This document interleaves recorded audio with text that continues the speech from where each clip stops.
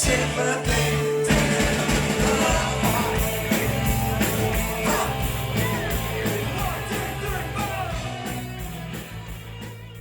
your bad. Yeah. This is the boring part, FYI. Fucking real boring. Me setting up. I couldn't survive in a studio. That's why I do it at home. I'm not joking. We've been in a studio twice. Like 2 times. It's been fucking shit. I'm not joking. Don't go to studios. Especially when you're starting out. Like we were 2 years ago. The weird thing about this, right, is you guys are filming me do this song called Stray Cat. And I actually filmed myself doing a mini documentary, making the original version of it. Like back in April, I made the song in 2 days, and then I decided I didn't like it because I couldn't mix it right, and then it never came out. And my laptop broke, and we're all fucked. the world ended. But I'm gonna try and like strum some stuff out on the guitar first and I have the demo up on here, so it's like sort of like.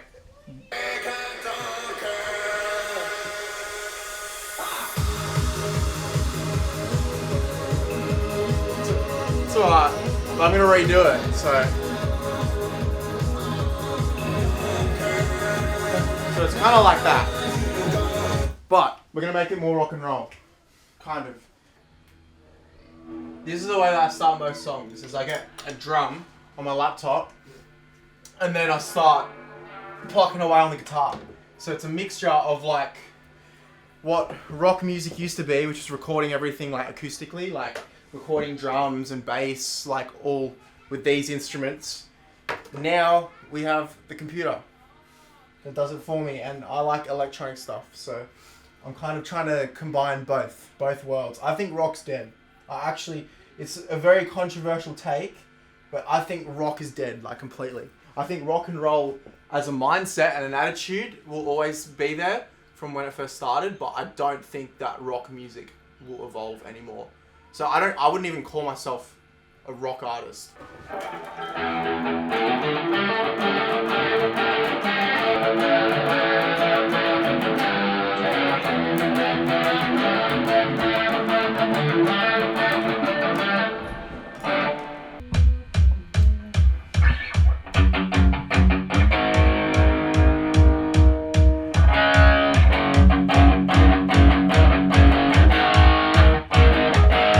Shit's about to go off.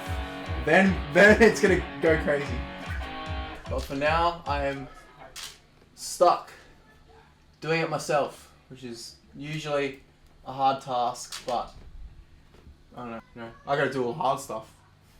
I think that we've made a name for ourselves by being controversial through our content, by looking a certain way, and that captures people's attention, and then they go and listen to the music. That's the way it's been for us. I think, the hard stuff is just like having to, ensuring that all of that is in place. Like, the image of the band, the content, booking shows, networking, all of it. Like, playing shows is the easy part. It's the fun part. But everything else is like genuine work. But you got to do it. You've got to do it. Especially this early on too.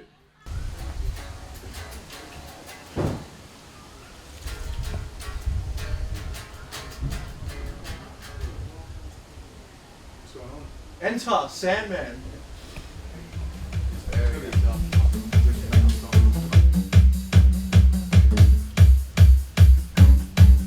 Rock. This is called Mogcore. Mogcore. Actually, I don't know. We don't really have a name for what we do, but the whole point is it's not rock. We have rock and roll attitude, but we're not rock. Rock is dead. Rock died 30 years ago. There's probably around 20 synth tracks, but the best one comes. It's like this type of sound. I don't know, I like it. It just adds like oomph to it. It sounds like cyberpunky, kind of. And it works.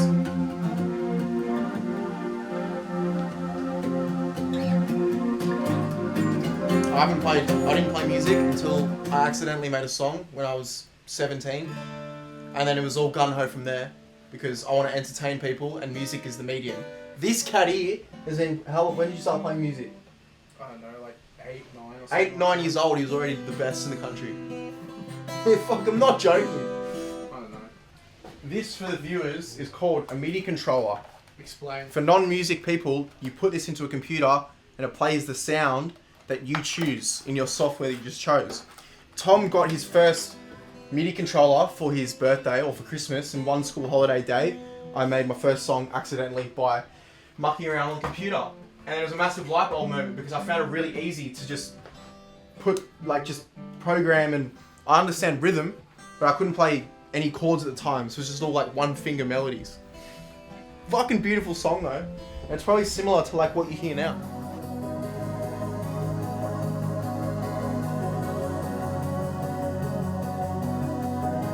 I've created a workflow that works for me, and it's created songs that people like singing live. It's as simple as that.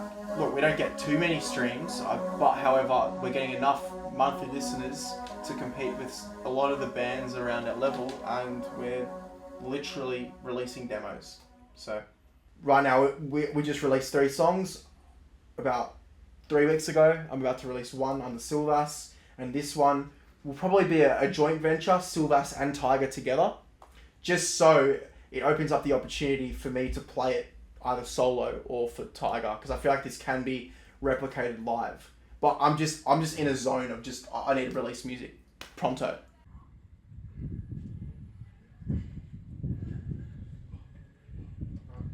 Let's walk. Show the necklace. Yeah, every day I try to get 20,000 steps every single day because, yeah, it's what keeps you lean.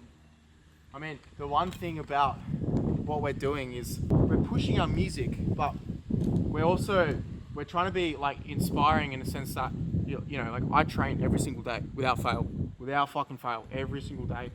You know, I want to be as fit as possible to be an inspiration to the people who come see us. So they wake up next morning like, oh, I want to go gym, I want to go train. The amount of messages that I get daily on Instagram, like, dude, you've inspired me to go to the gym, to start, like, you know, being like the best version of myself.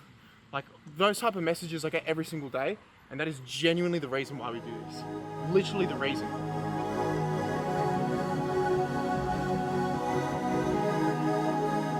So we've currently got 1, 2, 3, 4, 5, 6. We got 8 different synth layers together. It's kind of like the magic. Like if you have one, it's all nice, but it doesn't fill up the sound. We want hard-hitting stuff. I mean, the one thing that we do have that resonates with rock and roll is that our sound is always hard-hitting and energetic. But I think we can be energetic in different ways. I don't think it's energetic anymore just to have acoustic drums and distorted guitar. Not having that. I think these synths are a lot more powerful. And we're going to have guitar in it anyway. And yeah, I just think this is the way to go. There's too many bands out there that are trying to rip off Aerosmith or rip off Van Halen. If I want to listen to Van Halen, or if I'm going to listen to music that sounds like Van Halen, I'm going to listen to fucking Van Halen. Or I'm going to listen to the bands around the time that sounded like Van Halen. I'm not going to listen to the Cats doing a half-assed job at it now. Like, I'm not having that. Like, that's just not me. If the rock and roll attitude is going to live on, which it is living on, because ever since the 50s, people have seen that you can be rebellious and be successful. Elvis was rebellious. Little Richard was rebellious. That's what rock and roll was about at the get-go. And that attitude still stands today. But like I said before, it's now filtered to hip-hop. It's now filtered to DJs. It's now filtered to footballers, to businessmen. You know, all that. I don't feel that rock and roll music and a rock and roll attitude correlates anymore. So, yeah, rock's dead. Rock is dead. Like, when people hear us live, they're like, oh yeah, they're a cool rock band. And still to this day, if I talk to some old cat, like some 50-year-old, what type of music do you play, mate? I'm like, oh, it's just sort of like dance rock. But I don't believe that we're rock and roll. I don't believe it. Like I said, I still feel like we carry elements of rock music, but I feel like we've swayed too far from your traditional rock setup. And I think I'm trying to accentuate that via doing my solo stuff through Silvas. Because like I said, I think the setup will have like a DJ and I dare say, a guitarist and no more than that. And I'll just jump around and do my thing and do what I want to do in this world, like I said, which is inspire people through being on stage. You know, doesn't matter if I have a band behind me or a DJ, it doesn't matter. I'm still going to do my thing and I'm still going to have the same principles in place. Inspire people, put on a good show, ensure that people are either getting their money's worth or their time well spent. So, rock on.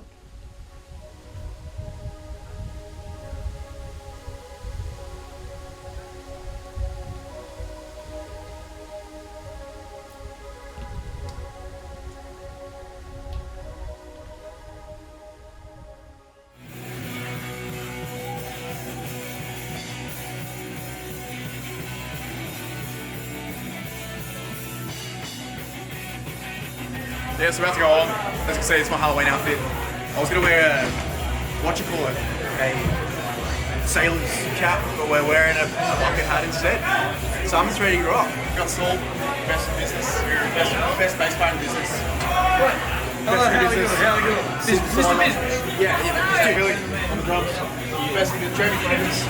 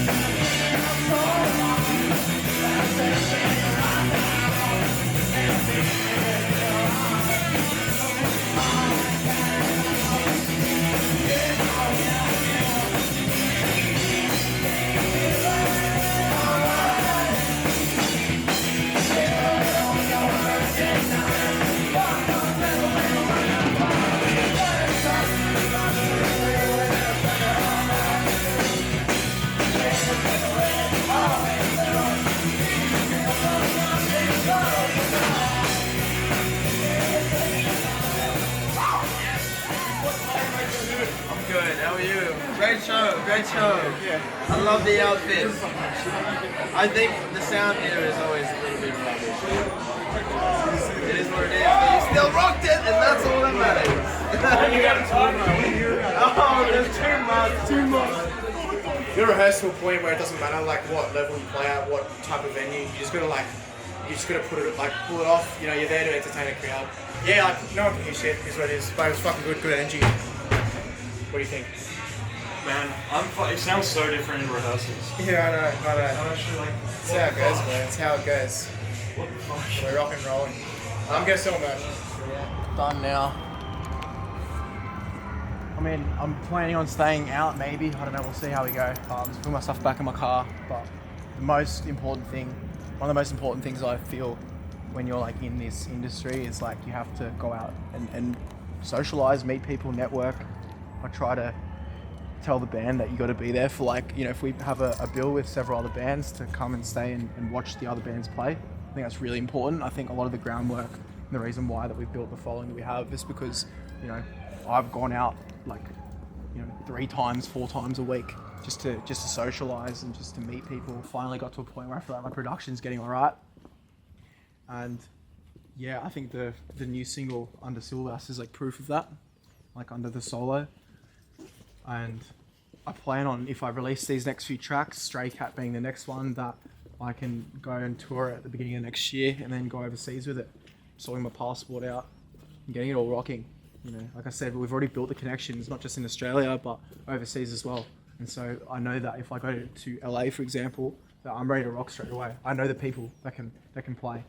Tonight was like a bit of a weird one. Like I said, you couldn't really hear ourselves.